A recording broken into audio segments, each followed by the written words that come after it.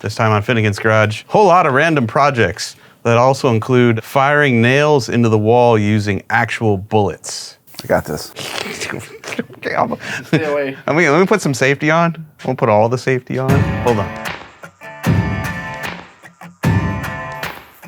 You ever used one of those before? Oddly enough, when I was younger, but I don't remember. I remember shooting it with wood and the wood just exploding, and that's about it. I might need more safety. Okay, so we've got our nail in here. There's a nail. Our 22 caliper round is in here. It's ready to go. So wait, hold on. I haven't seen one of these since like summer camp in... So this is just powder. There's not an actual bullet, it's just powder in there. It's a casing with powder. There's a pin inside here that when that goes off, the pin goes up, hits the nail, drives the nail into the concrete. So we're using explosives to install nails through wood. Yep, definitely putting this back on. Kind of scared. Do it. Is it level? Yep. I even got a mark over here. Ready? Yeah. Oh. Did you see the... Jeez. Wow. Okay. It wasn't that loud, but it was pretty violent. There was sparks. There was... Dude, it smells like summer camp all over again. Like, yeah, gunpowder. Ready? I guess.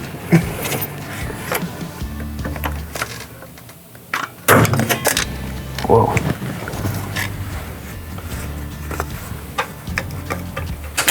I do like the smell of gunpowder. Gotta admit. My man. She level? Ish.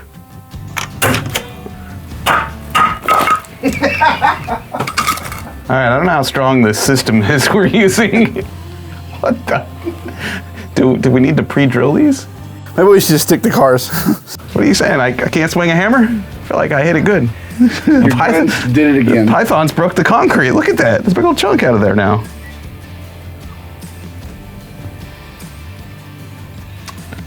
You want to go dyno a truck? Yeah. That didn't go so well, dude. No, it did not at all.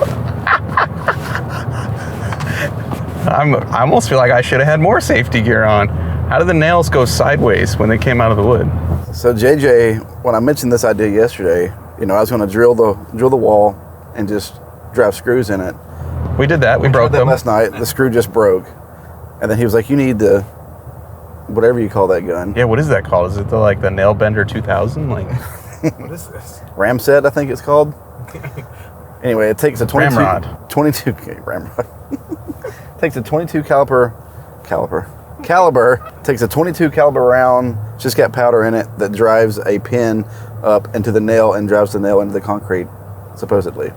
But I texted JJ the photo of the bent nail coming out of the wood, and I said, I think that's all I said was, And he said, "What angle are you driving them in at?" I said, "I don't know. Newbern was working the thing, and all I did afterwards was try to hit the nails flush with the wood, and the wood fell off the wall. So clearly this is not working for us." Wow. And I haven't looked to see what he said back. It probably won't be anything, positive for us. I was dead straight with the nail. It wasn't at an angle, so Were you not like pushing hard, or? I was pushing hard. It kind of seemed like, the recoil was like too much for you. Oh yeah. Maybe you should try it next time. Okay, so the shelving unit, that's on the back burner, which is a shame because the entire basement garage is blown up all over the place in anticipation of putting everything on that shelving unit. And so we're gonna go do something we're only marginally better at, and that's dyno tuning my C10. That's because we're not running it. We're letting Jeff do it. We're just gonna show up. Well, I don't know if Jeff's ever tuned one of those either. We'll see. Really?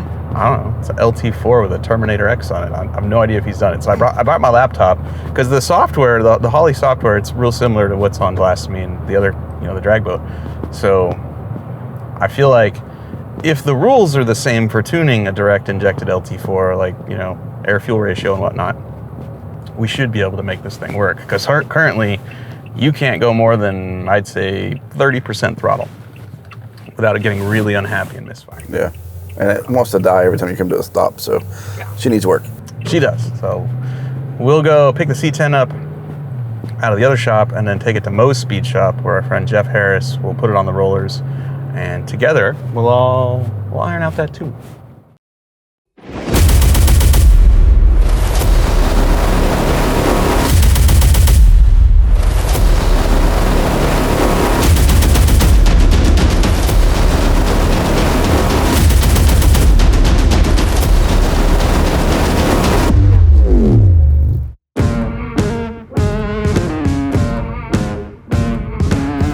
Here we go. What we're gonna do, we're gonna get it in 4th gear and bring it up at 2,000 RPM. I'm gonna set the tack over here. Okay. And that way, when I tell you to go, we'll go.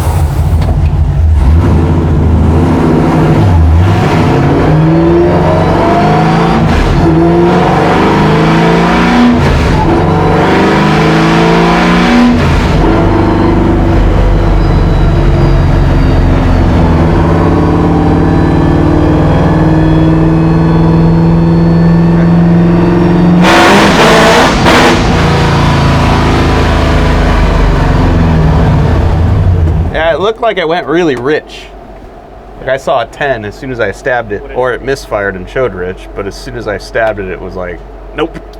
So we're at Mo's Speed Shop here in Dallas, Georgia. This is a place we've been to several times. We've tuned Blasphemy here. We brought some of the Faster with Finnegan cars here. I love coming to this place because it's full of cool hardware. And the guy that runs the place, Jeff Harris, knows what he's doing. We have a base fuel and timing map that we got from Holley for our LT4. My friend Colin got it loaded into the ECU, tuned the idle a little bit, and basically got us home. Now we're trying to figure out how do we make some real horsepower with this thing, because what's happening is anytime you go more than, say, 30% throttle, it misfires. So we've looked at everything, we've put some timing in it, we've played with a few other parameters, and we just made our first dyno pull, and it's still doing the same thing. It's misfiring. So now what we're going to do is we're going to turn on the internal data logger in the Holley Terminator X Max and log the next dyno pull, so maybe we can play detective and figure out why is this thing misfiring.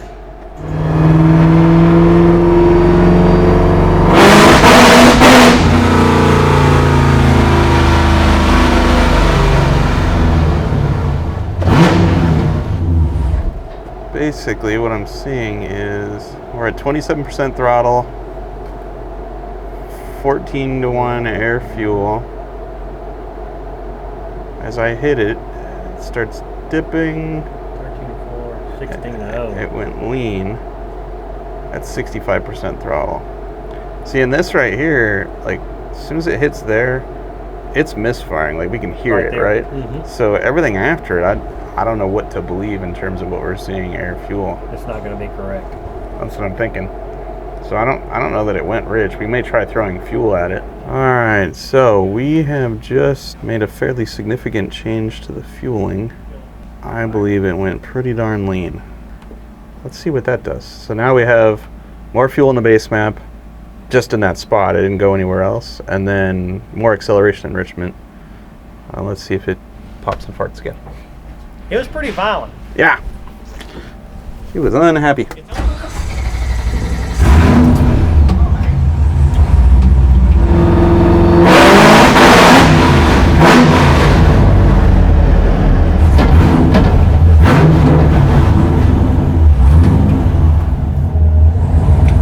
So for a brief second when I hit it, I think it was better in the area I worked on, which was just right there. And maybe it's not enough above that. I don't know. Let's see. Dyno test number 3. Wish us luck.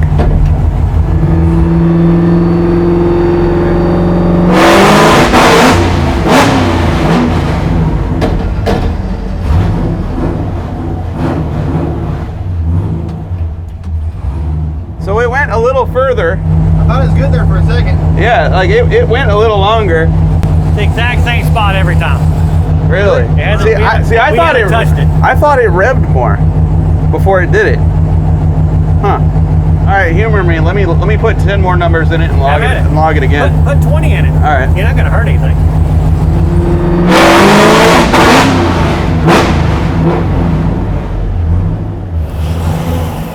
Nothing's changed it. Yeah. Now, only thing we've done now is we're black smoking out the back. Sounds bad, yeah. The black smoke's getting bigger. Yeah. I do want to point out that I feel a lot like Brian O'Connor in here. I've got my laptop in my passenger seat. I'm about to go really fast. If I don't like what it says, I'll say no and I'll slam it shut and throw some green washers at the floorboards. It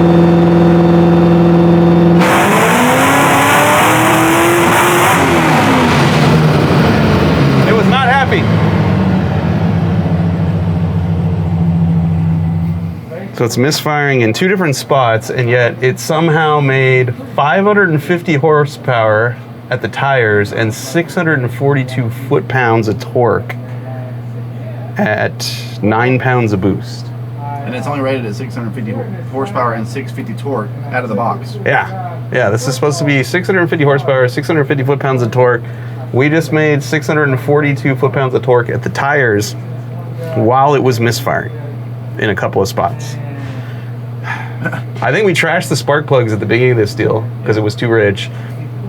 And now we're trying to make pulls on dead plugs. But, dude, let's go fix the shock mounts now. All right, I'm done sitting in here. At this point, I realized this direct injected LT4 engine does not want to run as rich as I've made it. I keep putting fuel to the fuel map. It keeps misfiring. Doesn't matter what kind of timing numbers I put in it, it just keeps misfiring. So finally, I went the other direction. I started taking fuel away and leaning out the overall air-fuel ratio. The engine had been running at high 10 to low 11-to-1 air-fuel ratio. I leaned that up to low 12s, and suddenly it came to life. It was still misfiring in a couple places, but not nearly as bad as it had been. And had we had a fresh set of spark plugs and more time, I would have leaned it out even more and run this thing around 12.5-to-1, and it would have made stupid power.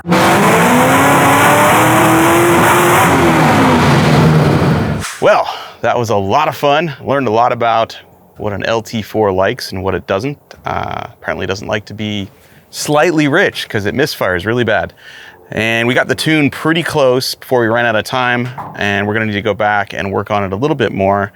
But more importantly, we need to go home and fix the rear hydroshock mounts because they're broke. We never scaled the truck because it wasn't in one piece.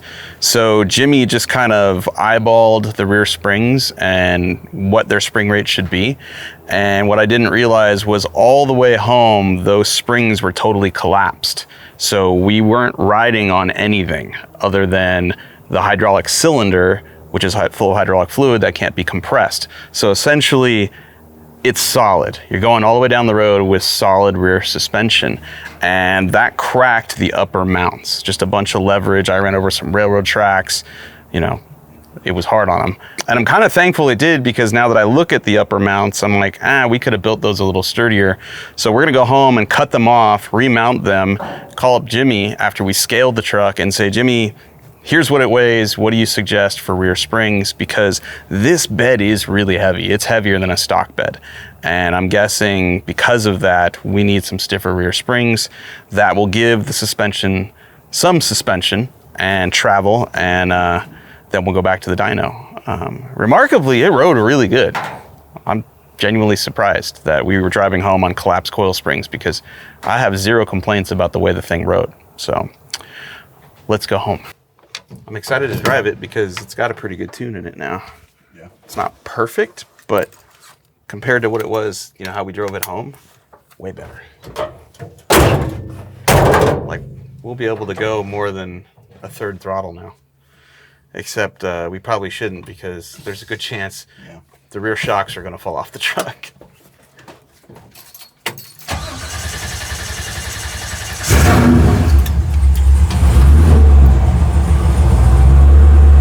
It idles better. Definitely idles better. So it didn't have any timing around 400 to 700 RPM. And so when you lift off the gas and the engine would rev down, it would hit that area and it would only have like 5 degrees of timing. And it wouldn't want to recover to get to the area that had timing. Like it's like 20 degrees at 1,000 RPM, but nothing under that, more than 6. So this is much happier. All right. Can we get to my house without the truck falling apart and without me resisting the urge to beat the snot out of it?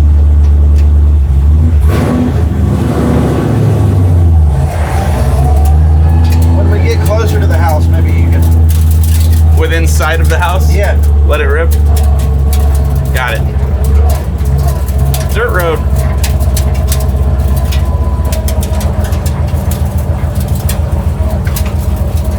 I love that I can hear pebbles hitting metal because I feel like I'm in a race car. Yeah. It's just nothing on the bottom of the sheet metal to stop the noise. You look so crunched up from this view, it's funny. Oh, the other thing we need to do is shorten the column and move it closer to the dash because the steering wheel's uncomfortably close.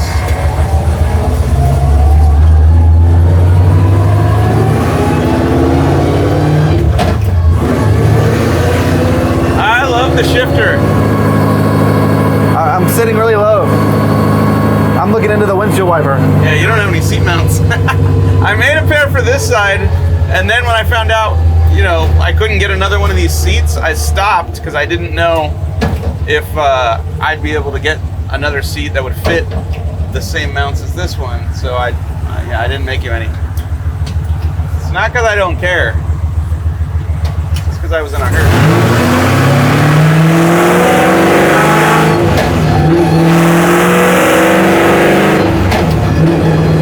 It's so loud. Yes, it is.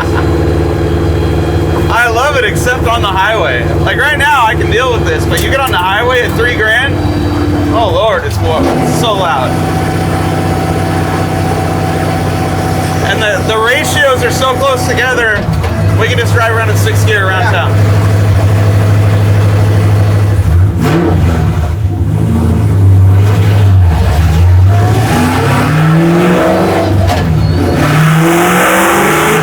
Oh,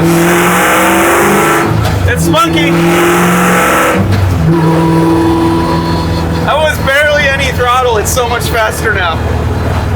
Oh my God. That was like 20%. Wow.